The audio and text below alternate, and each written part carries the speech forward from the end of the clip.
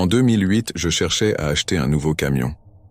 J'ai visité plusieurs concessionnaires, mais seulement quelques-uns des véhicules que j'ai vus ont retenu mon attention. Je n'étais pas pressé de me procurer un nouveau véhicule. Je voulais simplement être sûr d'être satisfait de mon choix. C'était ce qui comptait le plus pour moi. J'ai trouvé un Ford F-150 de 2005 sur le Bon Coin à un prix raisonnable. Il avait peu de kilomètres au compteur, mais il fallait changer les pneus, ce qui était un inconvénient, mais j'étais tout de même intéressé. Je pensais pouvoir négocier le prix à cause de ce problème. Le vendeur m'a donné l'adresse supposée où il se trouvait avec le camion, et quand je suis arrivé, j'ai rencontré un homme d'un certain âge, probablement dans la cinquantaine ou la soixantaine. Il semblait être un homme ordinaire, plutôt sympathique. Il n'était pas très bavard et allait droit au but. Je lui ai demandé une petite réduction sur le prix à cause des pneus, et même s'il semblait hésitant au départ, nous avons trouvé un accord. Ma fiancée m'avait accompagné pour voir le camion, au cas où je l'achèterais, afin qu'elle puisse ramener l'autre véhicule à la maison pendant que je conduirais le nouveau camion. C'est effectivement ce qui s'est passé. Après un court essai, j'ai décidé que je le voulais. Je lui ai donné l'argent, et nous sommes partis, ravis de la bonne affaire. Nous sommes rentrés chez nous et la journée s'est poursuivie normalement. Cependant, plus tard dans la soirée, alors que je sortais pour fumer une cigarette, j'ai aperçu une ombre, ressemblant à celle d'un homme debout dans mon allée. Nous vivons à la campagne, et mon allée est assez longue. Il faisait très sombre, et je ne pouvais distinguer qu'une silhouette noire. Je n'étais même pas certain si c'était un homme ou une femme, mais vu la carrure, j'ai supposé que c'était un homme. J'ai crié pour lui demander qui il était, mais il n'a pas répondu. Je l'ai alors menacé d'appeler la police s'il ne partait pas, et à ce moment-là, il a commencé à marcher dans ma direction. Je me suis précipité à l'intérieur et ai dit à ma femme d'appeler la police, leur expliquant qu'un inconnu se trouvait dans notre allée. J'ai couru dans notre chambre, saisi mon fusil, puis je suis ressorti pour essayer de l'effrayer. Mais il avait déjà disparu. Je pensais l'avoir fait fuir, et j'ai même ri en imaginant qu'il avait pris peur, mais je me trompais complètement. Presque aussitôt, j'ai entendu ma femme crier à l'intérieur de la maison. J'ai couru aussi vite que possible vers elle, et je l'ai trouvée au sol, avec cet homme qui la maintenait. Je me suis précipité vers eux et ai frappé l'homme avec la crosse de mon fusil, l'assommant sur le cou. Apparemment, nous avions laissé la porte du garage ouverte, et c'est ainsi qu'il était entré chez nous. Je lui ai attaché les poignets avec un collier de serrage et les ai mis dans son dos, au cas où il se réveillerait et tenterait de s'enfuir. Nous avons attendu l'arrivée de la police, et à un moment donné, j'ai même vérifié son pouls pour voir s'il était encore vivant. Son cœur battait encore, et j'étais quelque part soulagé de ne pas l'avoir tué. Les policiers sont arrivés et l'ont arrêté, mais seulement après l'avoir emmené à l'hôpital. Ma femme et moi avons ensuite été interrogés par la police, et depuis cet incident, je suis devenu extrêmement paranoïaque et constamment sur le qui-vive. Je pense sincèrement que cet événement m'a laissé un syndrome de stress post-traumatique, SSPT. J'ai découvert plus tard qu'il avait caché un traceur GPS sous notre camion avant de nous le vendre, et c'est ainsi qu'il nous avait retrouvés.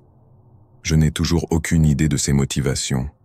Ma femme et moi y repensons parfois, mais nous n'avons aucune explication sur ce qu'il nous voulait ou pourquoi il a agi de la sorte. La police n'a jamais obtenu de réponse satisfaisante de sa part. Il est évident qu'il avait un problème mental, mais tout de même, qu'est-ce qui pousse un homme à devenir violent sans raison ? Honnêtement, il a eu de la chance de sortir vivant de chez moi après avoir attaqué ma femme comme ça. L'histoire se déroule quand j'avais 12 ans. Cela fait plus de la moitié de ma vie, mais même aujourd'hui, y repenser me met mal à l'aise. J'ai essayé d'effacer cet événement de ma mémoire, et je n'ose pas imaginer ce qui aurait pu se passer si deux inconnus bienveillants ne m'avaient pas aidé ce jour-là. Un jour, je rentrais de l'école à pied, comme d'habitude. C'était une marche de 4 kilomètres le long d'une route fréquentée, et j'étais seul. À un moment donné, à une intersection que je traversais, un homme grand et à l'allure négligée m'a remarqué. Il devait avoir une trentaine d'années, mais à cet âge-là, je n'étais pas très doué pour estimer l'âge des adultes. Il a commencé à me suivre et à essayer de lancer une conversation. Il me répétait que j'étais jolie et qu'il voulait qu'on devienne amis. Il m'a demandé où j'habitais, si mes parents étaient à la maison, et m'a posé de nombreuses autres questions. Je me contentais de marcher plus vite et de lui répondre de façon évasive, essayant de rester poli malgré l'inquiétude qui montait en moi. À mesure que nous nous rapprochions du quartier où je vivais, je commençais à me sentir de plus en plus mal à l'aise. Il continuait à me suivre, et je voulais clairement qu'il me laisse tranquille. Quelque chose n'allait pas chez lui. Les adultes ne me parlaient jamais de cette manière. La seule façon que j'ai trouvée pour m'en débarrasser a été de lui donner un faux numéro de téléphone et de promettre de répondre s'il appelait. Il me mettait vraiment mal à l'aise.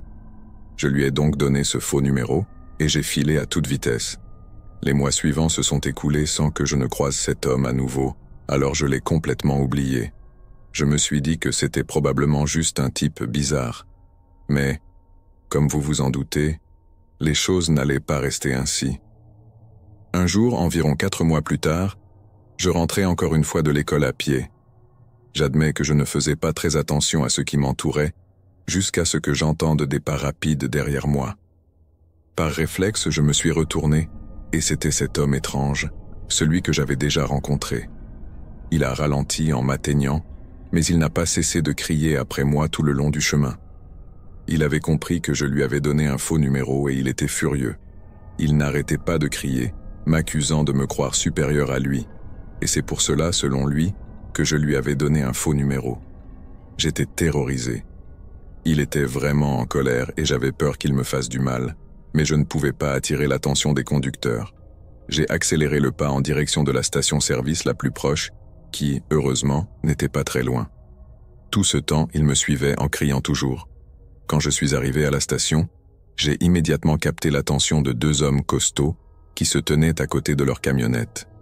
Ils ont dû voir la peur sur mon visage ainsi que l'homme qui me suivait, car ils se sont précipités vers moi pour me demander si tout allait bien. J'étais trop effrayé pour parler. Je me suis contenté de hocher frénétiquement la tête en essayant de me cacher derrière eux. Les hommes ont immédiatement demandé à l'homme pourquoi il me suivait. Il leur a raconté n'importe quoi, essayant même de prétendre qu'il était mon frère, mais je n'ai cessé de secouer la tête en silence. Je suppose qu'à ce moment-là, ils ont compris ce qui se passait et ils ont commencé à crier après lui, l'accusant d'être un prédateur. Je n'ai pas attendu pour savoir ce qui allait se passer. Profitant du fait qu'il était distrait, j'ai pris la fuite. L'homme a remarqué que je partais et a tenté de me rattraper, mais les 2 hommes n'ont pas apprécié. Ils l'ont immédiatement plaqué au sol et l'ont jeté à l'arrière de leur camionnette. Ils hurlaient à ce moment-là, mais je n'ai pas attendu pour voir la suite. J'ai couru à toute allure jusqu'à chez moi, ne m'arrêtant qu'une fois arrivé à la maison. Je n'ai jamais su comment interpréter ce qui s'était passé, mais cela m'a profondément marqué. Je ne veux même pas savoir ce qu'ils ont fait de cet homme étrange, ni où ils l'ont emmené. Honnêtement, je préfère ne pas le savoir. J'ai raconté l'histoire à mes parents et j'ai changé mon trajet pour rentrer de l'école. Je ne l'ai jamais revu et j'en suis reconnaissante. Même si, sur le moment, je n'ai pas pu dire ce que j'avais besoin de dire. Ces 2 inconnus ont vu que j'étais en détresse et ils sont intervenus pour m'aider. Même après toutes ces années, je me souviens encore de la terreur que j'ai ressentie, suivie du soulagement immense quand ils l'ont emmené loin de moi.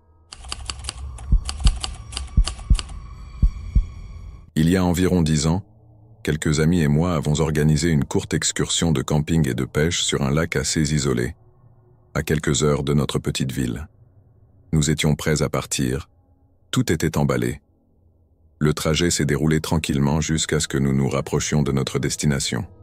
Plus nous approchions, plus l'excitation montait. Je crois que certains d'entre nous ressentaient même une montée d'adrénaline.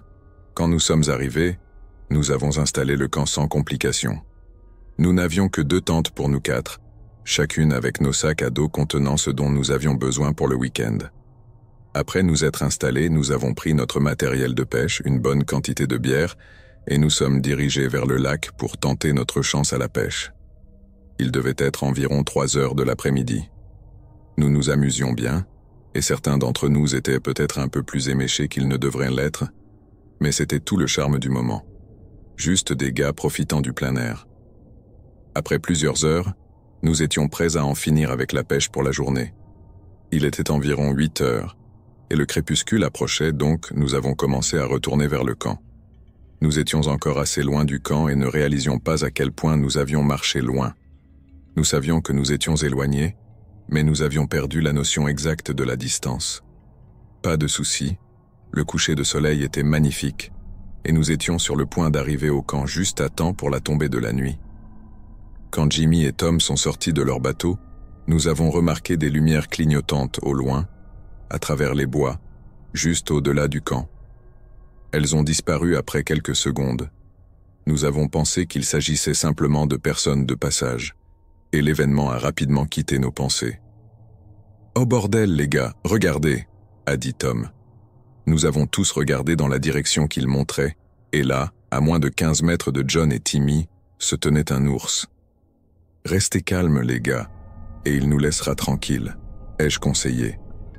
Nous sommes tous retournés au camp à pas lents, pour éviter de provoquer l'ours et qu'il nous prenne pour des proies. Heureusement, nous avons tous regagné le camp sains et saufs. À peine avions-nous cru que tous nos soucis étaient derrière nous qu'un bruit de voiture s'est fait entendre au loin. La voiture se rapprochait, et nous avons commencé à voir les phares. Quelques instants plus tard, une voiture s'est arrêtée près de notre camp. C'était un SUV tout noir, ce qui a immédiatement fait naître une appréhension en moi.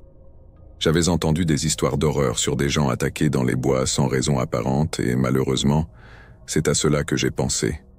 Mon instinct de survie s'est activé et j'ai ressenti un léger sentiment de panique lorsque deux hommes sont sortis du véhicule. Ils faisaient tous deux plus d'1,80 m et étaient costauds. Ils se sont présentés comme des shérifs et nous ont demandé ce que nous faisions ici. Tom a répondu que nous étions en train de camper. C'est alors que j'ai éclaté et leur ai demandé de nous laisser tranquilles. Quelque chose dans leur comportement me semblait louche. Nous pouvions à peine les voir dans l'obscurité, car ils nous éblouissaient avec leurs lampes torches stupides. Ils nous ont dit qu'ils nous avaient vus pêcher et ont exigé de voir nos permis de pêche. Nous les avions tous, donc ce n'était pas vraiment un problème. Cependant, je ne voulais pas leur donner le mien. Je commençais à me demander s'ils étaient réellement des policiers. Nous n'avions rien fait qui puisse éveiller leurs soupçons. Alors j'ai exprimé à haute voix que je connaissais mes droits en tant que citoyen. L'un d'eux m'a demandé de lui donner ma carte d'identité, menaçant de m'arrêter si je ne coopérais pas. Mais je ne me laissais pas intimider. Mon père est policier, et je savais que ce n'était pas normal que des policiers abusent de leur pouvoir de cette manière. Mon père m'a toujours dit quoi faire dans une telle situation. Je leur ai dit que mon père était chef de la police du comté, et je leur ai demandé dans quel comté il travaillait. Évidemment, ils n'ont pas répondu à ma question. Oui, j'ai un peu menti car mon père n'était pas chef de police dans ce comté-là, mais dans le comté voisin. Cependant, je voulais faire croire que notre groupe était bien protégé. Après leur avoir dit cela, nous avons pu constater qu'ils commençaient à être mal à l'aise. Ils ont alors tenté de minimiser la situation et se sont excusés de nous avoir dérangés. Puis ils sont repartis vers leur voiture. En s'éloignant, nous avons remarqué qu'ils ne portaient pas d'uniforme de police traditionnel, mais des chemises à carreaux et des joggings. Nous aurions peut-être dû les poursuivre ou appeler la police, mais nous ne l'avons jamais fait. Nous étions tous convaincus que ces types n'étaient pas de vrais policiers. Quand je suis rentré chez moi, j'ai raconté l'histoire à mon père, mais il n'a jamais alerté son poste, car nous n'avions pas assez de détails à leur donner sur ces hommes. Je ne peux pas m'empêcher de me demander quelles étaient leurs intentions, et s'ils étaient de vrais policiers ou non. S'ils ne l'étaient pas, allaient-ils essayer de nous désarmer et de nous attaquer pour nous voler? S'ils étaient de vrais policiers, étaient-ils simplement en train de faire un abus de pouvoir? Qui sait, mais je suis soulagé que cette situation n'ait pas pris une tournure plus tragique. Toute cette histoire a commencé quand j'étais adolescente. Maintenant, je suis dans la fin de la vingtaine et je suis une femme. C'était une simple conversation que j'avais complètement oubliée jusqu'à il y a environ 2 ans. Mais au cours des 2 dernières années, il s'est passé des choses qui m'ont fait repenser à cette courte discussion. J'avais environ 13 ans, et ma mère et moi venions de retourner vivre chez ma grand-mère, où mon oncle vivait déjà à l'époque. Un ami de mon oncle vivait également avec nous, mais il ne devait rester que quelques mois. Je n'ai jamais vraiment su pourquoi il était là, juste qu'il logeait temporairement. Un jour, Alors que cet ami n'était pas à la maison, mon oncle m'a fait asseoir et m'a dit qu'il ne voulait pas que je sois seul avec son ami, que je devais l'appeler si jamais je me retrouvais seul avec lui. À peine une semaine après notre arrivée, mon oncle a mis son ami à la porte. J'étais jeune, je n'ai pas réfléchi plus que ça à cette conversation, et je l'ai complètement oublié. Mais il y a environ 2 ans, mon oncle est décédé soudainement et de façon inattendue. Après son décès, son ami est revenu dans la vie de ma grand-mère. Je crois que ma grand-mère, Connie, voyait en lui un substitut de mon oncle. Au début, tout semblait normal. Mais après quelques visites, j'ai commencé à me sentir mal à l'aise en sa présence, sans savoir pourquoi. C'est alors que je me suis souvenu de cette conversation que j'avais eue avec mon oncle. J'ai essayé de passer outre, car cette discussion avait eu lieu il y a plus de 10 ans, et il était désormais marié à une femme charmante. Je pensais donc que les choses avaient peut-être changé. Il faisait souvent des blagues stupides que je ne trouvais pas drôles, mais qui étaient toujours inoffensives. Par exemple, parfois je rentrais du travail avec un bol de snack que mes collègues et moi partagions, et il me demandait toujours où était sa part, ce genre de choses. Mais parfois, il faisait des commentaires sur mes vêtements qui me mettaient un peu mal à l'aise. Mais comme j'avais l'habitude que ma famille fasse des blagues similaires, je n'y prêtais pas trop attention. Il disait des choses du genre « Pour qui tu te fais belle en sortant habillée comme ça ?» ou « Tu dois repousser tous les hommes en te promenant ainsi, n'est-ce pas ?» À partir de là, j'ai commencé à éviter de sortir de ma chambre lorsqu'il venait chez ma grand-mère. Mais parfois, ces interactions étaient inévitables, car il arrivait qu'il soit là lorsque je rentrais du travail, ou qu'il vienne sans prévenir. Pour donner un peu plus de contexte, je suis fiancé à un homme qui vit dans un autre pays, et à force d'aller le voir, je suis vraiment tombée amoureuse de l'endroit où il vit. De plus, y vivre est plus abordable et bien plus sûr pour nous deux. Alors, nous travaillons à organiser mon déménagement là-bas pour le rejoindre. Je ne parle pas de tout cela à l'ami de mon oncle parce qu'il me met mal à l'aise, mais je sais que ma grand-mère partage tout avec lui. Il est donc au courant de la situation, et il m'a déjà posé des questions à plusieurs reprises sur les raisons de mon déménagement. Chaque fois, je lui explique que c'est là que vit mon fiancé et que j'adore tout dans cet endroit. Mais à chaque fois, il rétorque quelque chose du genre « Ah, bien sûr, c'est pour un homme ». Il fait aussi des commentaires du style « Je suppose que tu es vraiment amoureuse alors » ou « Je ne comprends pas tout ça, mais bon, peu importe ». On aurait dit que ça le dérangeait que je sois fiancé et que je parte. Encore une fois, je préférais me réfugier dans ma chambre et me convaincre que j'exagérais les choses. Mais je savais aussi que je ne pouvais pas en parler à ma grand-mère, car dans ma famille, c'est toujours la même histoire. Si tu ne veux pas qu'on fasse des commentaires, couvre-toi. Je n'ai même pas le droit de porter des shorts autour des membres masculins de ma famille, parce que si l'un d'eux a de mauvaises pensées en me regardant, ce sera de ma faute. Toutes ces petites choses étaient très inconfortables, mais je faisais de mon mieux pour les ignorer, me cacher dans ma chambre et éviter les situations où je devrais interagir avec lui. Cependant, il s'est passé quelque chose aujourd'hui qui m'a vraiment mise mal à l'aise. Je suis arrivé au travail et ma collègue m'a raconté qu'hier après-midi, un homme correspondant parfaitement à la description de l'ami de mon oncle était venu après mon départ. Il a posé des questions sur moi, comme à quoi je ressemblais, où j'habitais, et même des détails sur mon projet de déménagement à l'étranger. Il a mentionné qu'il était l'ami de mon oncle. Je n'étais pas là, donc je n'ai pas entendu tout cela moi-même. Mais ma collègue est quelqu'un de très fiable, elle ne dit jamais des choses comme ça pour plaisanter. Elle est même la première à dénoncer quelqu'un quand elle attrape quelqu'un en flagrant délit de mensonge. Je lui fais donc entièrement confiance. Elle m'a dit qu'il avait raconté que depuis la mort de mon oncle, il essayait de me voir de plus en plus souvent, parce qu'il se souciait de moi et qu'il me considérait comme sa fille. Rien que ce commentaire m'a dérangé, car j'ai à peine interagi avec cet homme et je l'évite autant que possible. Alors pourquoi se sent-il aussi proche de moi ? Il a aussi longuement parlé de mon déménagement à l'étranger et ne voulait pas lâcher le sujet. Il n'arrêtait pas de dire qu'il ne comprenait pas comment je pouvais être amoureuse de quelqu'un qui vivait si loin et que je devrais plutôt rester ici et trouver quelqu'un à aimer dans ma propre région. Il faisait d'autres remarques du genre, indiquant clairement qu'il n'approuvait pas mon départ pour vivre avec mon fiancé. Cet homme est étrangement obsédé par moi. Je ne lui ai jamais dit où je travaillais, mais je sais que ma grand-mère l'a probablement fait.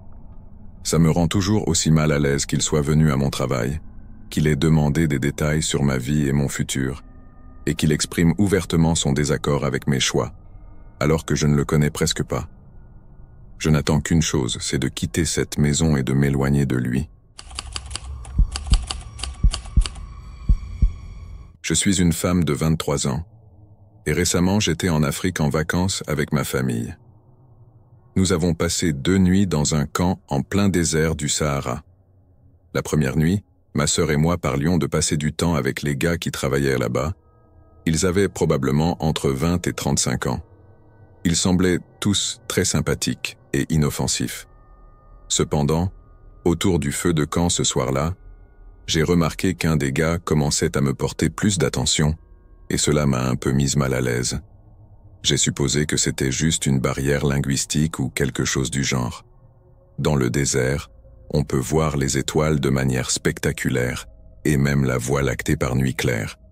Mais il faut attendre que la lune se couche, vers 2 heures du matin.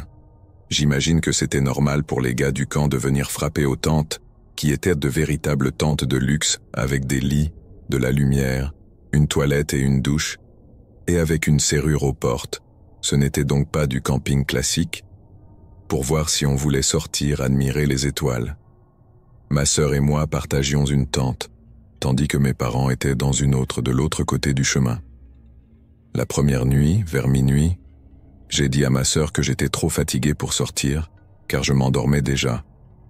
Elle est donc partie seule pour regarder les étoiles, et je n'ai pas verrouillé la porte de la tente pour qu'elle puisse rentrer si je m'endormais.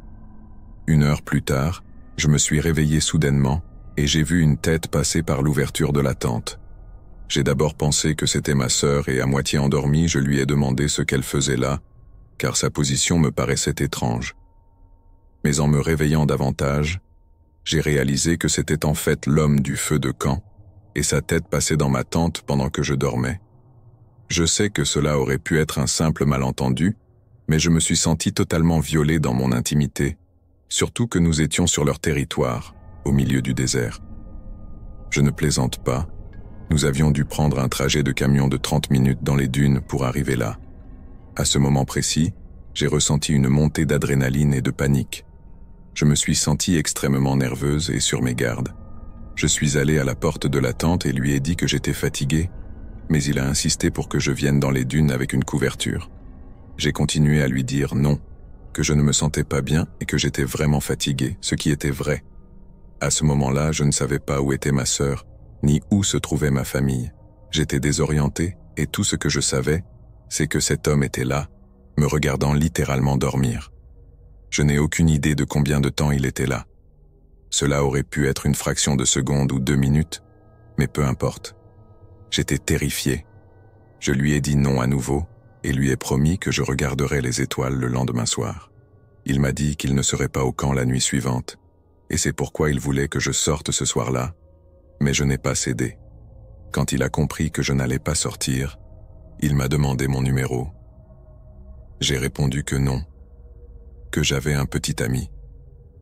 Ce n'était pas vrai, mais c'était la seule manière pour que cet homme respecte mon désintérêt, en sachant qu'il y avait un autre homme dans l'histoire. Après ça, il m'a demandé mon prénom, et je lui ai donné, pensant que ça ne ferait pas de mal. Puis je lui ai souhaité bonne nuit, et j'ai verrouillé la porte cette fois-ci. Ensuite, je suis allé aux toilettes, où j'ai eu une forte diarrhée. Ce détail n'est pas vraiment important, mais je veux juste dire à quel point il m'a fait peur. Pendant que j'étais là, je l'ai entendu revenir et m'appeler de l'extérieur de la tente, mais je suis restée silencieuse. J'ai fini aux toilettes, puis je me suis allongée sur mon lit, essayant de me calmer, car mon cœur battait à tout rompre. Je l'ai entendu revenir encore une fois, appelant mon nom. Je me suis figée dans mon lit, sans dire un mot. J'ai essayé de contacter mon père par SMS, mais il ne répondait pas, et je ne me sentais pas à l'aise de quitter la tente. Finalement, ma sœur est revenue avec mon père. Je leur ai raconté ce qui s'était passé. Ils étaient confus, pensant que c'était bizarre, mais ils n'ont pas trop réagi. Le lendemain matin, au petit déjeuner, j'ai relancé le sujet, Mais ma sœur et mon père m'ont dit que j'étais trop dramatique, que je devais arrêter d'en parler et que ce n'était pas si grave. Seule ma mère a été d'accord avec moi, en disant que c'était effectivement étrange. La deuxième nuit, ma sœur et moi étions de nouveau sous les étoiles, discutant avec les gars et nous relaxant. Il faisait très sombre et on ne voyait pas bien les visages. Je discutais normalement avec un des gars, quand au bout d'un moment, il m'a demandé si je me souvenais de lui. Je lui ai répondu que non, que je ne pouvais pas bien le voir. Il m'a dit d'allumer une lampe, alors je l'ai fait.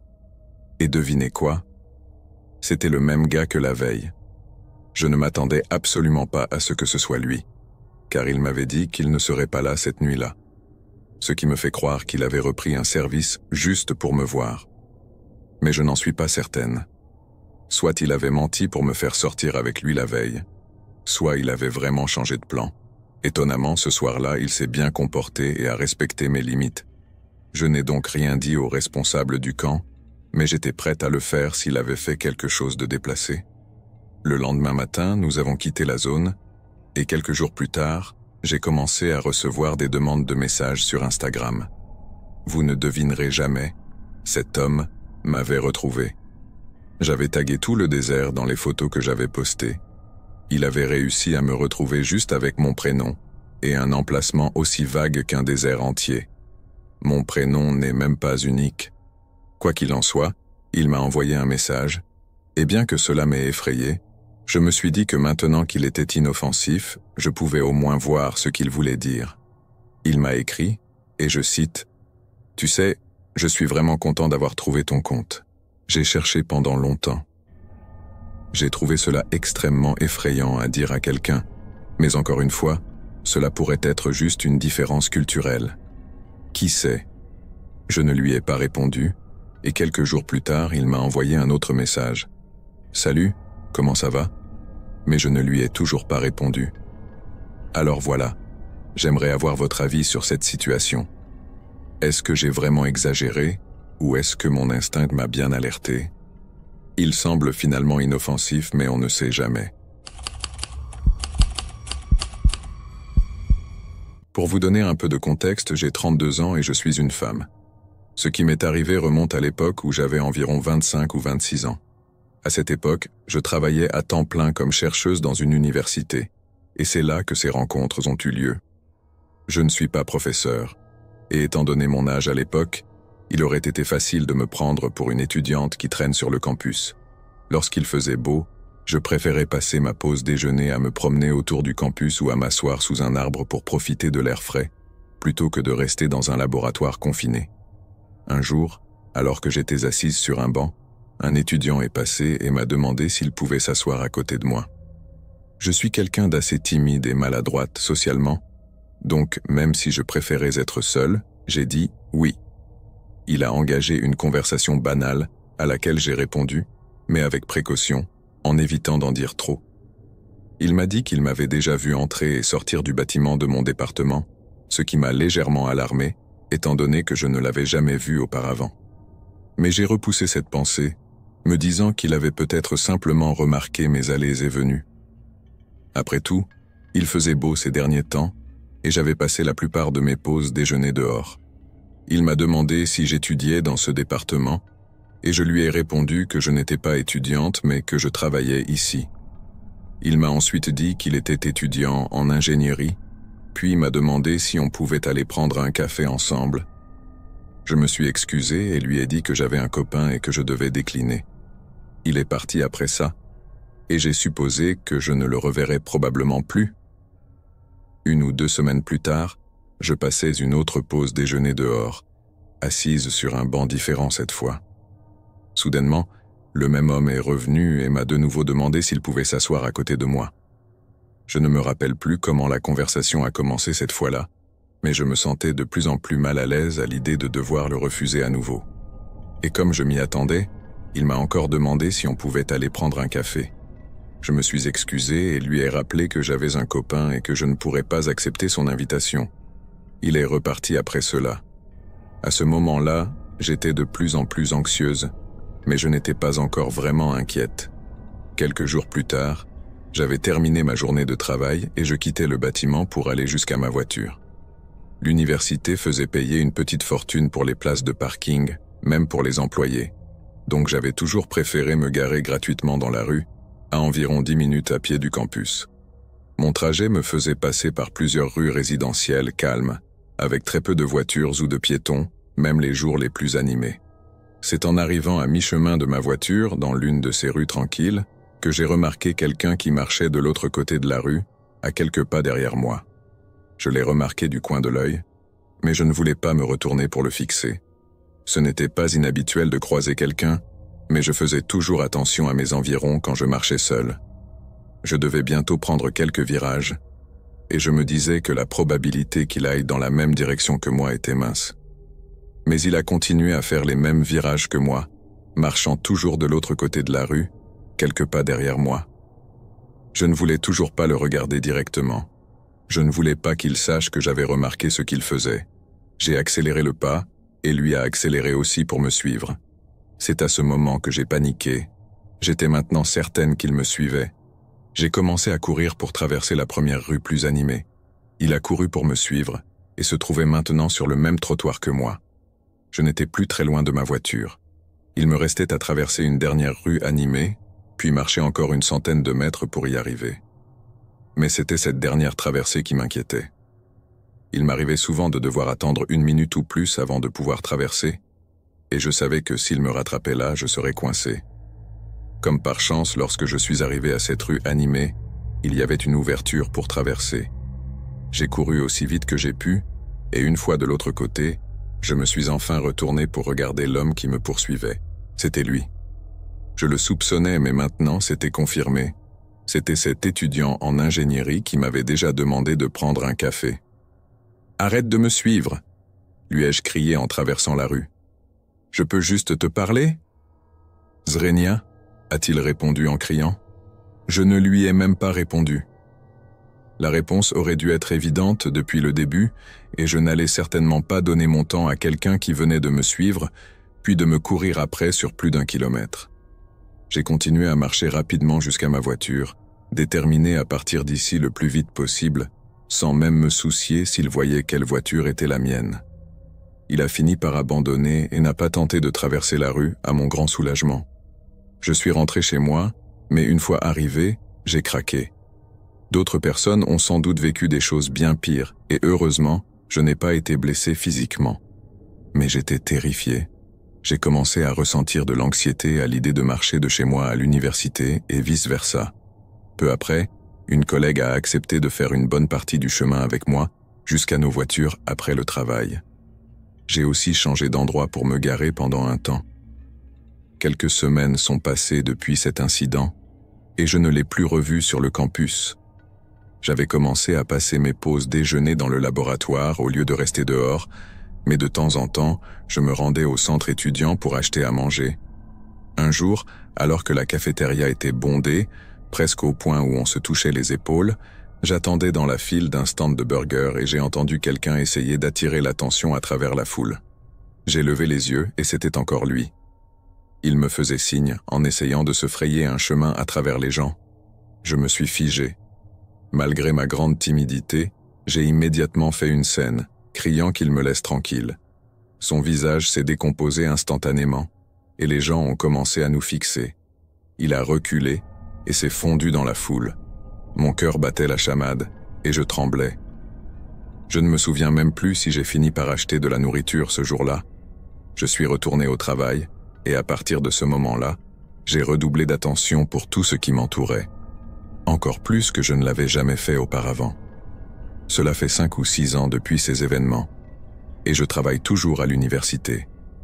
Je suis soulagé de pouvoir dire que je ne l'ai jamais revu après cet incident dans la cafétéria, et je n'ai plus eu d'autres rencontres troublantes sur le campus.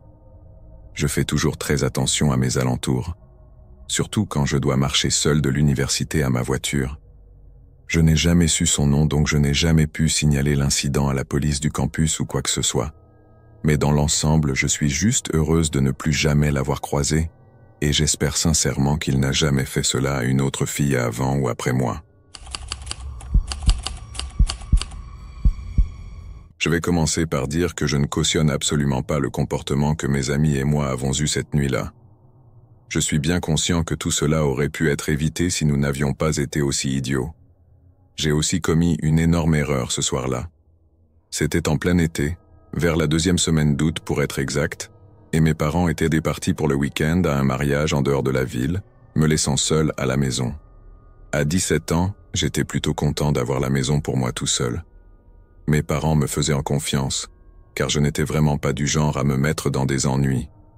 Je veux dire, j'avais fait quelques petites bêtises à l'école, mais rien de grave. Je ne fumais pas et je ne buvais pas, et la plupart de mes amis non plus. Mais cette nuit-là, tout était différent. Tout a commencé comme une soirée normale. Je jouais à la Xbox avec mes amis quand l'un d'entre eux a suggéré que nous sortions en cachette. Je n'étais pas vraiment contre cette idée, mais elle ne m'enthousiasmait pas non plus. Cela ne me semblait pas très amusant. Qu'allions-nous faire de toute façon? Juste marcher dehors, et après? C'est à ce moment-là qu'Elias a proposé de faire quelque chose d'un peu fou. Il y avait une maison abandonnée au bout de la rue, ou du moins, c'est ce que nous pensions. Nous n'en étions pas sûrs à 100%. Une fille étrange qui prenait notre bus pendant des années y avait vécu, mais un jour, elle avait cessé de monter dans le bus, et après quelques mois, la maison avait commencé à ressembler à une ville fantôme. L'herbe avait poussé de manière sauvage et il était évident que personne ne s'en occupait plus. Elias m'a convaincu d'y aller, alors j'ai accepté. Je lui ai demandé quel était notre plan, et il m'a répondu que nous trouverions bien sur place. La maison se trouvait à l'angle de 2 chemins de campagne qui se croisaient. C'était une grande maison blanche à 2 étages avec un grand garage derrière. Nous avons pris nos vélos, car c'était un peu loin pour y aller à pied. Une fois arrivés, nous avons caché nos vélos et couru vers la porte arrière, mais bien sûr, elle était fermée à clé.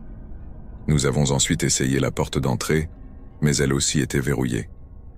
Nous sommes retournés à la porte arrière et nous avons décidé de la forcer en donnant des coups de pied ou en essayant de casser la poignée avec une masse que nous avions trouvée sur le côté de la propriété.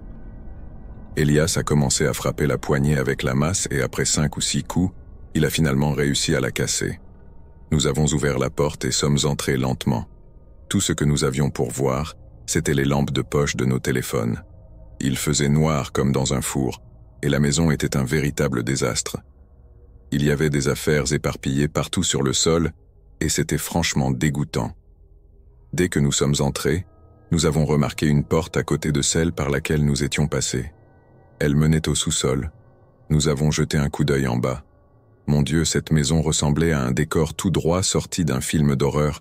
Cela m'a vraiment filé les jetons. Je n'avais pas le courage d'aller y jeter un œil tout de suite, pas avant d'avoir exploré le reste de la maison. Nous avons fouillé la maison, mais nous n'avons pas trouvé grand-chose. Juste des tas de bric-à-brac sans intérêt. Ensuite, nous sommes montés à l'étage et avons vérifié toutes les pièces. « Bon mec, on ferait mieux de partir », ai-je dit. « Attends, t'as entendu ça ?» m'a demandé Elias. « Quoi ? Qu'est-ce que j'ai entendu ?»« Écoute, imbécile. » J'ai figé sur place quand j'ai entendu ce dont il parlait.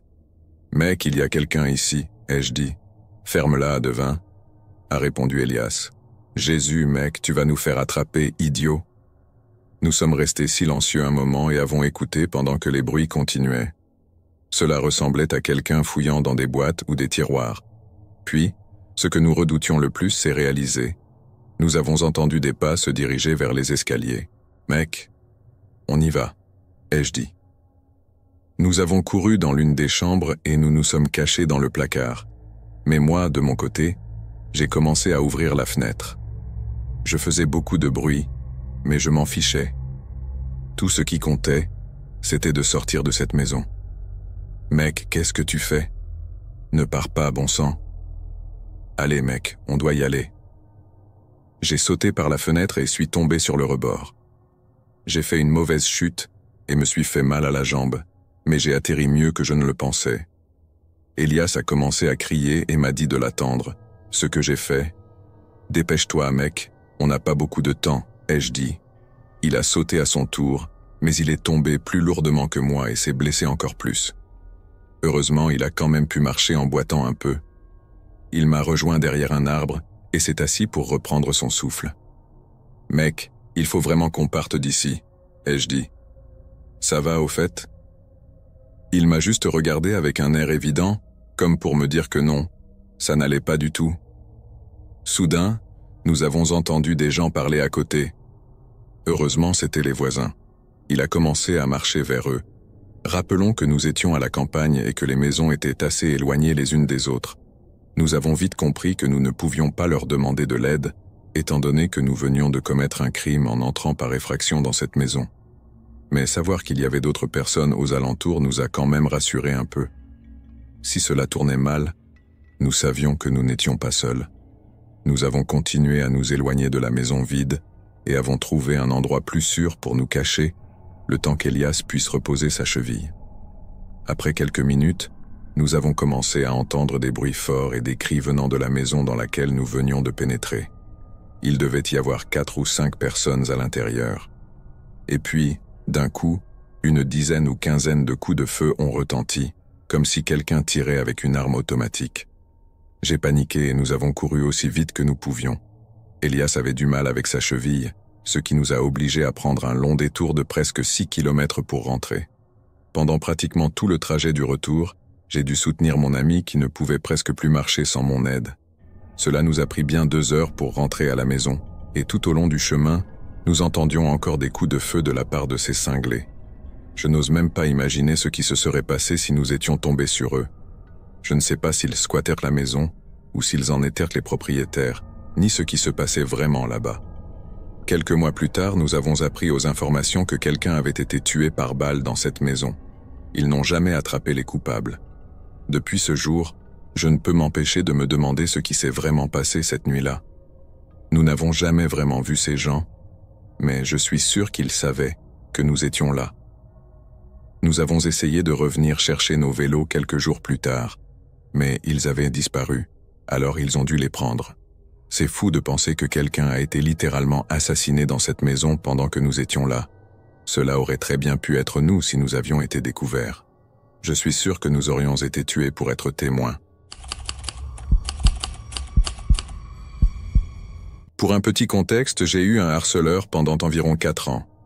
Il n'a jamais été agressif, ni ne m'a envoyé de véritables menaces. Alors, têtu comme je suis, j'ai fait de mon mieux pour l'ignorer et ne pas lui donner la satisfaction de voir que j'avais peur. Honnêtement, après un certain temps, je n'avais même plus vraiment peur, puisqu'il ne s'était presque jamais approché de moi. Je sais que ces situations peuvent être très traumatisantes pour certaines personnes, ce qui est totalement compréhensible. J'imagine que j'ai eu de la chance, car cela ne m'a pas vraiment affecté psychologiquement. Son comportement de harcèlement consistait principalement à m'envoyer des lettres et des cadeaux, comme des photos de mon immeuble prises de l'extérieur, ou des objets qu'il avait récupérés dans ma poubelle, et d'autres choses dans ce genre. J'ai appelé la police plusieurs fois, mais ils n'ont jamais réussi à l'attraper ni à l'identifier, car je n'utilise presque pas les réseaux sociaux, à part Reddit, et il n'y a pas vraiment d'informations personnelles me concernant là-bas. Je ne pensais pas qu'il finirait par tomber sur mes publications. Quelqu'un m'a même demandé une fois s'il savait que je parlais de lui sur Reddit. J'ai répondu que peut-être que oui, peut-être que cela l'énerverait, ou peut-être que cela le stimulerait, je ne savais pas, et je m'en fichais. Eh bien, je connais maintenant la vraie réponse.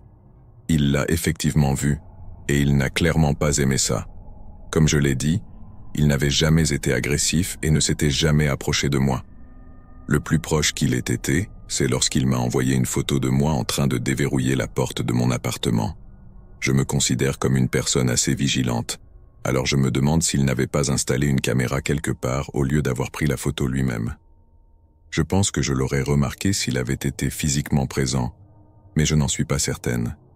Je ne sais pas comment il a découvert mon AMA sur Reddit, mais il l'a fait. La semaine suivante a été calme. Aucune lettre et je ne l'ai vu nulle part. Ensuite, il m'a envoyé des lettres avec des questions imprimées de mon post Reddit ainsi que mes réponses. Il a également laissé une longue lettre haineuse à propos de mon copain en se basant sur une question que j'avais postée sur la version allemande de « Suis-je le salaud ?» Aïta. Ces lettres n'avaient jamais été haineuses avant cela. Il n'avait jamais semblé content de mon copain, mais là il exprimait son dégoût pour lui. Il a écrit que je devrais partager la gloire avec lui, car j'avais reçu tant d'attention grâce à lui. Quelques jours plus tard, j'ai reçu un cadeau, mais cette fois-ci, Il ne l'a pas laissé dans ma boîte aux lettres ni à côté de ma voiture comme il le faisait habituellement. Non, cette fois, il l'a laissé dans l'immeuble, juste devant ma porte. Je ne l'ai pas amené à l'intérieur, mais je l'ai ouvert dehors. C'était une boîte assez grande, ce qui était inhabituel, et elle était également scellée avec du ruban adhésif.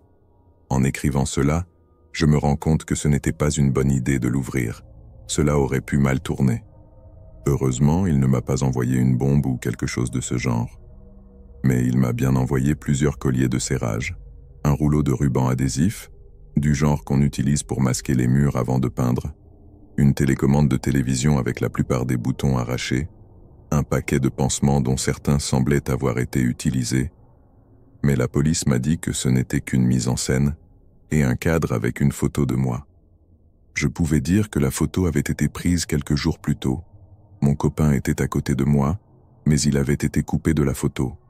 Le cadre était brisé et la boîte était remplie d'éclats de verre. Il y en avait clairement plus que ce qui aurait pu tomber du cadre. Ils avaient été intentionnellement placés dans les journaux froissés qui remplissaient la boîte. J'ai immédiatement appelé la police et leur ai donné la boîte. Cette fois, ils étaient beaucoup plus préoccupés et m'ont dit qu'ils enverraient de plus fréquemment des patrouilles autour de chez moi. Il n'a plus donné signe de vie pendant environ 1 semaine et demie, mais il y a 8 jours, ça a recommencé. J'ai trouvé des lettres dans ma boîte aux lettres où il écrivait qu'il avait perdu son temps avec moi, que je n'avais pas apprécié ses efforts et qu'il s'était trompé en pensant que j'étais spécial. Il y a 5 jours, en sortant de mon appartement le matin, j'ai entendu un bruit de craquement en marchant sur mon paillasson. Il avait mis du verre brisé en dessous pendant la nuit. J'étais pressé d'aller travailler, alors j'ai décidé de demander à mon copain d'appeler la police. Mais en arrivant à ma voiture, j'ai découvert qu'elle avait aussi été vandalisée. Les phares étaient brisés, et il y avait une phrase peinte sur le pare-brise disant « C'est bientôt l'heure », suivie de mon prénom et de mon nom. Je suis retourné chez moi pour appeler moi-même la police. Ils ont trouvé la même phrase sur une note sous le paillasson. Cette fois, ils m'ont prise très au sérieux. À ce stade, j'étais furieuse et je l'ai clairement fait comprendre. Si vous êtes comme moi et que vous êtes trop têtu pour avoir peur d'un harceleur, même face à tout cela, les lettres, les cadeaux, les photos et même le verre sous mon paillasson sont plus agaçants qu'autre chose. Mais cette fois, ma voiture était inutilisable et cette menace m'a vraiment effrayé. Cependant, j'avais une dashcam dans ma voiture et elle avait tout enregistré. La police a pris les enregistrements comme preuve, bien que la qualité de l'image ne soit pas très bonne. J'avais déjà donné des photos de lui, tout aussi claires, mais ça n'avait pas suffi. Ils m'ont dit qu'ils enquêteraient davantage et m'ont promis d'envoyer plus de patrouilles. Ensuite, tout a été calme pendant 2 jours, jusqu'à ce que, il y a 2 jours, quelqu'un sonne à la porte vers 4 heures du matin. Mon copain et moi nous sommes réveillés, mais nous hésitions à répondre. J'ai vu des lumières bleues dehors et juste au moment où je me levais, j'ai entendu des voix crier « C'est la police, ouvrez la porte !» Ils nous ont dit qu'un de nos voisins de l'étage inférieur, rentré de son quart de nuit environ 1 heure plus tôt, avait entendu quelqu'un entrer dans l'immeuble juste après lui, avant que la porte d'entrée ne se referme complètement. Mes voisins connaissent ma situation et je leur ai demandé de ne laisser entrer aucun étranger dans l'immeuble. Ce voisin était ensuite rentré chez lui et avait regardé par le judas. Il a attendu pour voir si les lumières automatiques dans l'escalier s'allumaient à nouveau et elles l'ont fait. Il a vu un homme d'âge moyen monter les escaliers. À part nous, il n'y avait qu'une mère célibataire avec 3 enfants vivant au-dessus et elle n'attendait probablement pas de visiteurs à 3 heures du matin. Ils sont montés et ont trouvé mon harceleur à un demi-étage au-dessus de chez moi, dans les escaliers. Il aurait dû voir la voiture de police, puisqu'il y a une petite fenêtre à cet endroit, mais soit il ne l'a pas vue, soit il voulait se faire attraper.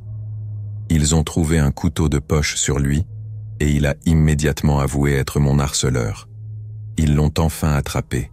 Il a fallu 4 ans, un post provocateur sur Reddit, et un voisin très vigilant et bienveillant. Mais c'est enfin fini. Pour l'instant au moins, il fait face à plusieurs accusations, et j'ai rassemblé toutes les preuves accumulées au cours de ces 4 années.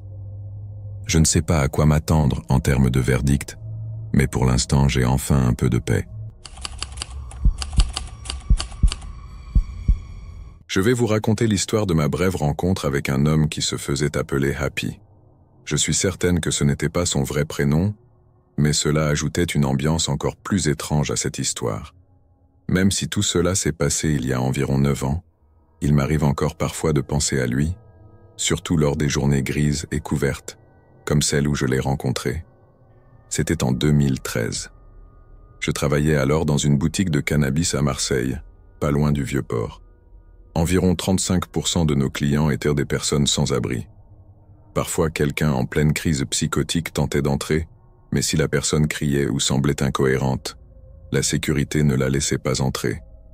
Tant qu'ils présentèrent les papiers médicaux, une pièce d'identité et de l'argent, ils étaient les bienvenus.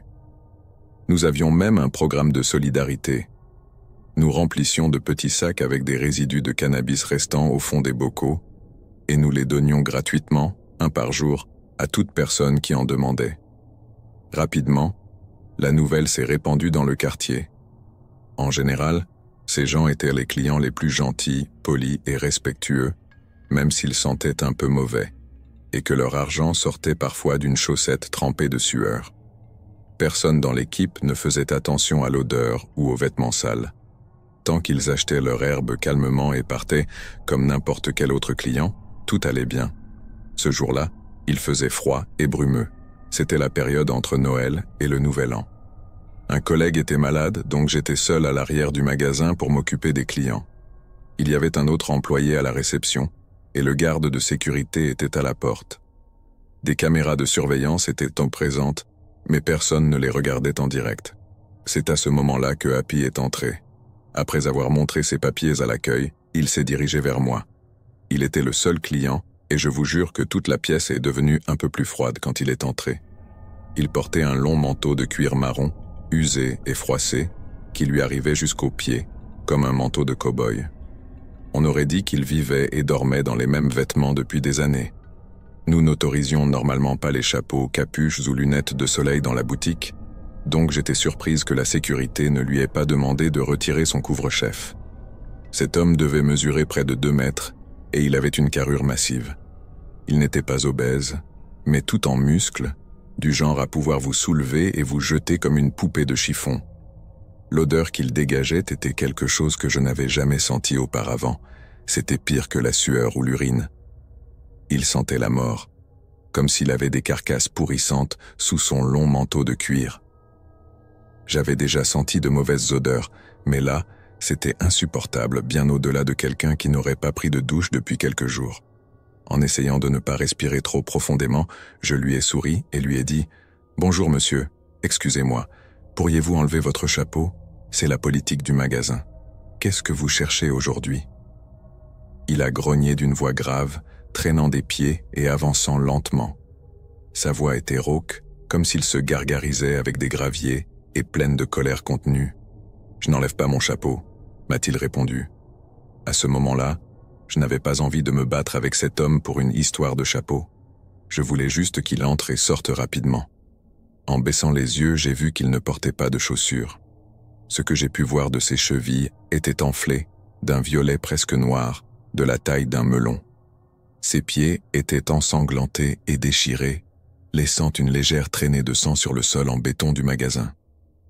Ma première pensée a été « Comment la sécurité a-t-elle pu le laisser entrer dans cet état ?»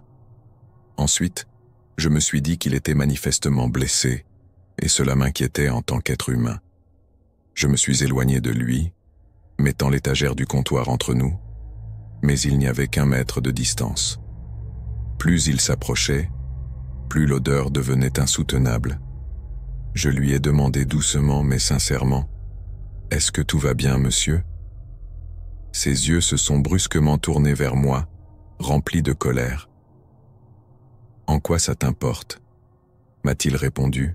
Dans ma tête, je me suis dit « J'ai essayé. Ce n'est pas mon problème après tout. » Alors je lui ai demandé « Que puis-je vous proposer ?» Il a alors relevé la manche de son manteau pour montrer son avant-bras, couvert de brûlures, probablement faites avec des cigares. Certaines étaient anciennes, d'autres fraîchement infectées.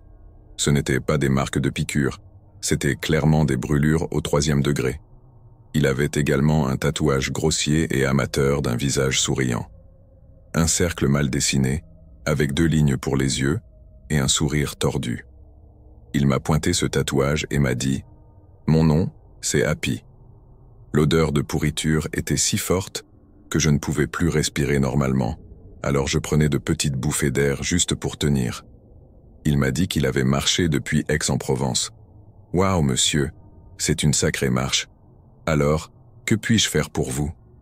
Il m'a répondu simplement « C'est juste pour toi ». Ses yeux étaient sombres et menaçants. Il était recouvert d'une couche de crasse, comme s'il vivait dans la forêt. Il ne ressemblait pas à un punk de rue habituel ou à un vétéran handicapé que l'on voit souvent dans le quartier. Je ne l'avais jamais vu auparavant, mais une fois suffit pour ne jamais l'oublier. Il n'arrêtait pas de me fixer. Je me suis éloigné le plus possible du mur, me tenant prête à fuir au cas où il tenterait quelque chose. Finalement, j'ai décidé de prendre quelques sachets de cannabis gratuits et de les lui offrir, ainsi qu'un peu plus, en lui disant que je paierais plus tard. Il respirait lourdement, continuant à me fixer. « Nous avons une offre spéciale aujourd'hui pour les gens qui marchent plus de 16 km pour venir ici. C'est tout pour vous, gratuit.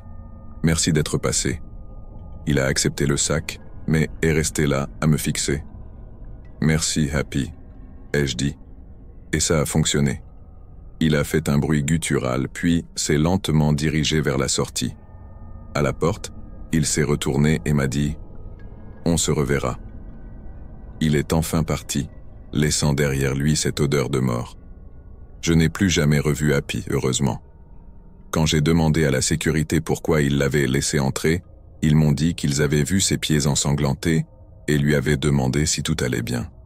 Apparemment, Happy s'était énervé, menaçant de les étrangler. Vu qu'il n'y avait que le garde et 2 jeunes filles de 22 ans dans le magasin, il n'a pas voulu risquer sa vie et espérait que Happy prenne ce qu'il voulait et parte. Finalement, tout s'est bien passé, même si nous étions tous un peu secoués. Après son départ, nous avons dû nettoyer le sang au sol avec de l'eau de Javel, et nous avons envoyé un message à notre patron pour lui dire qu'il nous devait un bonus. Il a accepté, et nous avons tous vécu heureux pour toujours. J'ai longtemps hésité avant de partager cette histoire, car je sais à quel point la confiance mutuelle entre un locataire et son propriétaire, ou le personnel de maintenance, est importante. Je ne veux pas semer une méfiance inutile envers qui que ce soit. J'ai déjà raconté des histoires sur des résidents dangereux ou effrayants que j'ai rencontrés en travaillant dans des complexes d'appartements, mais cette fois, il s'agit de mon expérience en tant que locataire. Avant même d'avoir obtenu mon diplôme de lycée, je savais que je voulais habiter aux appartements du paradis. J'étais un peu naïve à l'époque, attiré par les nombreuses commodités que je n'allais probablement jamais utiliser, mais surtout parce que le complexe acceptait les animaux et que c'était dans mon budget. Quand le moment est venu d'avoir mon propre appartement, j'ai pris le seul logement disponible et j'ai emménagé. Malheureusement, je me suis vite rendu compte que l'appartement n'était pas aussi bien que je l'avais imaginé. Le bâtiment était vieux, même s'il avait été rénové, donc il y avait les problèmes habituels de plomberie et les murs étaient fins. J'ai également découvert que ce n'était pas le quartier le plus sûr. J'étais principalement étudiante en ligne, mais j'avais un cours en présentiel 2 fois par semaine, à 8 heures du matin. Je suis une personne casanière, donc je sortais rarement pendant la journée, sauf pour ce cours, quelques courses occasionnelles, ou pour passer du temps avec mon copain le soir, après son travail. Mon appartement, bien que petit, avait un côté triangle des Bermudes. Même si je vivais seul dans un espace de 55 mètres carrés, il y avait des choses qui semblaient disparaître mystérieusement. J'avais 2 chatons à l'époque, et je les accusais souvent de faire disparaître des objets. Quelque chose d'étrange se produisait néanmoins de manière récurrente. Je retrouvais souvent ma boîte à sous-vêtements sortie et posée au milieu de la chambre les jours où j'avais cours. Je n'avais pas de vraie commode, mais une étagère Ikea avec des boîtes pour ranger les vêtements comme les chaussettes, les sous-vêtements, les pantalons et les pyjamas. J'étais pourtant persuadé de toujours ranger la boîte après m'être préparé, mais je me disais que j'avais dû oublier à cause des matinées pressées où mon esprit était concentré sur le fait de ne pas être en retard. Peu à peu, j'ai commencé à me demander si certains de mes vêtements ne disparaissaient pas également. Mes articles préférés semblaient ne jamais revenir du panier à linge une fois lavés. Vers la fin de ce semestre, une soirée, je travaillais sur un devoir lorsque mon copain m'a appelé pour me dire que son colocataire l'avait accidentellement enfermé dehors. J'avais une clé de leur appartement, alors il m'a demandé si je pouvais passer rapidement pour l'aider. Avant de partir, j'ai remarqué que j'avais littéralement laissé toutes les lumières allumées dans mon appartement. Je faisais toujours attention à éteindre les lumières à cause de mon budget serré, mais mon copain habitait à 5 minutes, alors je savais que je serais de retour très vite. Je suis rentré moins de 15 minutes plus tard, mais quelque chose me paraissait étrange en voyant que toutes les lumières étaient éteintes. J'ai appelé mon copain pour qu'il me rejoigne, et nous avons déverrouillé la porte ensemble. À l'intérieur, toutes les lumières étaient éteintes. Pensant à une coupure de courant, j'ai actionné l'interrupteur principal et la lumière s'est allumée. Mon copain a inspecté tout l'appartement, mais personne ne s'y trouvait. Cependant, quelqu'un avait éteint systématiquement toutes les lumières, y compris la lampe chauffante de mon lézard, qui était toujours allumée car reliée à une minuterie, ainsi que mon ordinateur portable, que j'avais laissé ouvert sur mon devoir. Il était maintenant éteint et refermé. J'ai immédiatement appelé le service d'entretien d'urgence, expliquant que quelqu'un était entré chez moi en utilisant une clé, car il n'y avait aucun signe d'effraction. Le responsable m'a rappelé, affirmant que j'imaginais des choses, que j'avais probablement éteint les lumières avant de partir. Je lui ai assuré que je n'aurais jamais éteint la lampe du lézard ni l'ordinateur. J'étais inquiète, car cette personne avait forcément une clé. Soit elle travaillait pour le complexe, soit il s'agissait peut-être d'un ancien locataire. J'ai demandé si les serrures avaient été changées après le départ du précédent occupant, et ils m'ont affirmé que c'était bien le cas. Le responsable a suggéré qu'il s'agissait peut-être d'une blague d'un ami, ou que quelqu'un aurait pu obtenir une copie de la clé. Les seules personnes à qui j'avais donné une clé étaient mon copain et ma mère, qui habitaient à 3 heures de route. Dans tous les cas, aucun d'eux ne m'aurait fait une blague de ce genre. Le responsable a finalement accepté d'envoyer quelqu'un pour changer la serrure afin de me rassurer. Je leur ai aussi fait part de mes soupçons concernant un membre du personnel, puisque ce sont les seuls avec moi à posséder une clé. Le responsable m'a dit que les clés étaient conservées dans un coffre spécial nécessitant un code personnalisé pour savoir qui les avait utilisées, à quel moment et pour quel appartement. De plus, il y avait des caméras dans le bureau où elles étaient stockées. Ils ont changé la serrure, mais j'avais des doutes sur l'efficacité de la mesure. À ma connaissance, seuls 2 agents d'entretien travaillaient dans le complexe. L'un était un homme plus âgé, plutôt sympathique, mais pas très doué. L'autre était un jeune homme avec une barbe négligée qui me donnait une mauvaise impression. J'ai tout de suite pensé qu'il devait être celui qui entrait chez moi. Quand j'ai emménagé, le responsable m'avait dit que j'aurais un nouveau plan de travail dans la cuisine dans les 3 premiers jours. J'ai donc attendu avant de ranger mes affaires de cuisine, mais après une semaine, personne n'était venu. Après quelques mois, j'avais complètement oublié. Un jour, alors que je regardais la télévision dans mon salon, le jeune homme négligé de la maintenance est entré sans frapper ni se présenter. Je n'avais reçu aucun avis indiquant sa venue. Il m'a dit qu'il venait remplacer mon plan de travail. Il lui a fallu 2 jours pour installer une seule petite pièce de comptoir. Quelques semaines plus tard, en sortant de la douche, j'ai entendu un coup frapper à la porte. J'ai crié « 1 minute !» et suis allé chercher des vêtements. À peine 2 secondes plus tard, la porte a commencé à s'ouvrir. J'ai dû la refermer rapidement, encore enroulée dans ma serviette pour l'empêcher d'entrer. Il a prétendu ne pas m'avoir entendu, mais j'avais de sérieux doutes. Je ne me souviens plus de la raison qu'il avait invoquée pour être venu, mais une autre fois j'ai trouvé un mot de sa part disant qu'il était encore venu, sans donner de raison, mais qu'il avait fait attention à ne pas laisser sortir mes chats. Il avait également mentionné un 3e chat, qu'il trouvait mignon, alors que je n'en avais que 2. Cependant, j'avais une photo de mon chat d'enfance dans ma chambre, sur l'étagère Ikea, où je rangeais mes vêtements.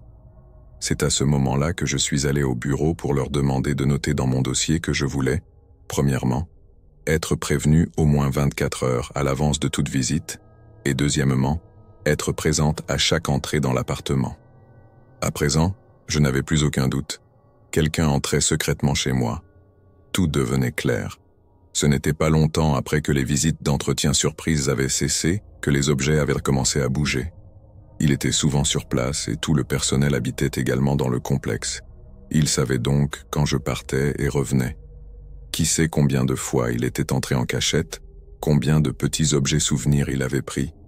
Il aurait même pu entrer pendant que je dormais.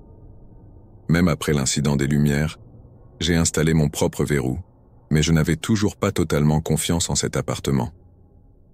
Peu de temps après, avec l'aide de mes parents, j'ai acheté un condo.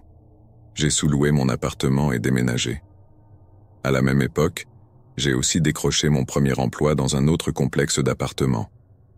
Dans mes derniers jours avant de partir, ma mère est venue m'aider à emballer mes affaires.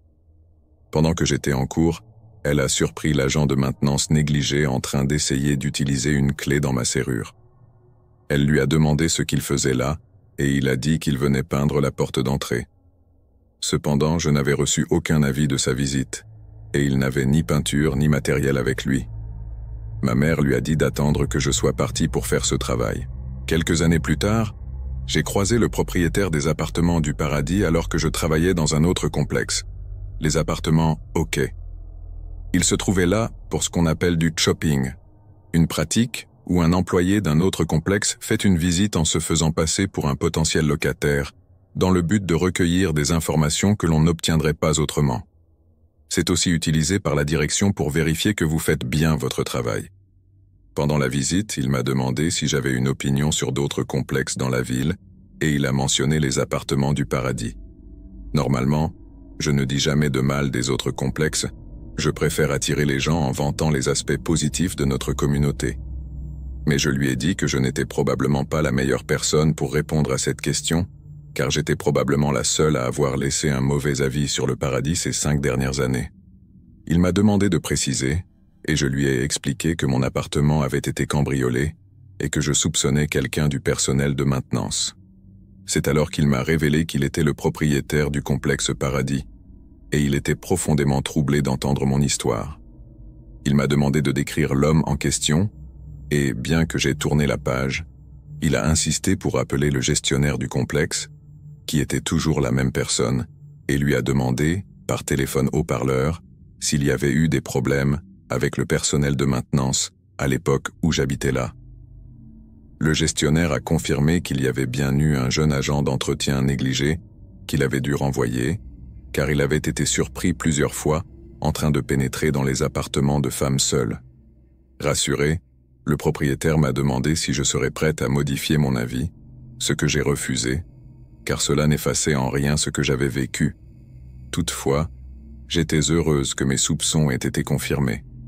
Dans les années qui ont suivi, en tant qu'agente de location, j'ai appris beaucoup de choses sur les moyens par lesquels les complexes d'appartements essaient de gagner du temps et de l'argent.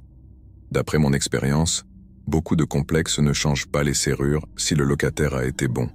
Beaucoup ne demandent même pas de vérification de casier judiciaire pour les employés, alors qu'ils en exigent pour les locataires. Les clés sont souvent distribuées sans contrôle aux vendeurs et au personnel d'entretien lors des changements de locataires. Et les employés ont fréquemment des passe-partout qui ouvrent toutes les portes.